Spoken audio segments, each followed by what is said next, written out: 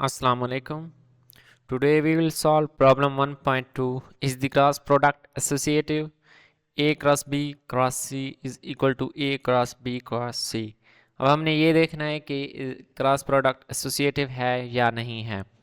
If so prove it, if not provide a counter example, the simpler better. अब हमने ये देखना है कि ये एसोसिएटिव है या नहीं. तो सिंपलर केस हम ले लेते हैं. सबसे पहले हम लेट करते हैं a is equal to x plus y, b is equal to x unit vector plus y and c is equal to g cap direction. ठीक है. अब मैंने जो c वेक्टर लिया है a और b के क्या है परपेंडिकुलर ले लिया है.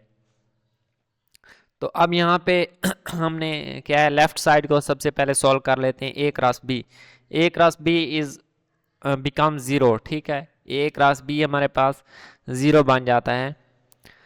यहाँ से आप देख सकते हैं x plus y cross x plus y, x cross x zero and x cross y will become one. ठीक है.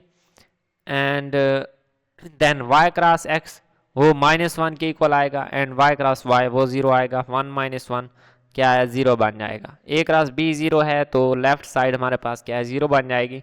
No right side a cross b cross c.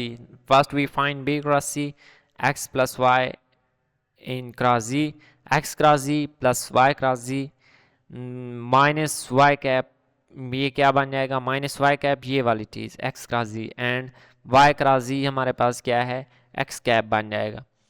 अब ये इसकी राइट साइड की कोई ना कोई वैल्यू है जबकि लेफ्ट साइड ज़ीरो है. तो राइट और लेफ्ट हमारे पास क्या है ये इक्वल नहीं आई. ठीक है. अब हमने एक और केस ले लेना है. ठीक है. ये हमने क्या है y को यहाँ पे माइनस कर दिया है.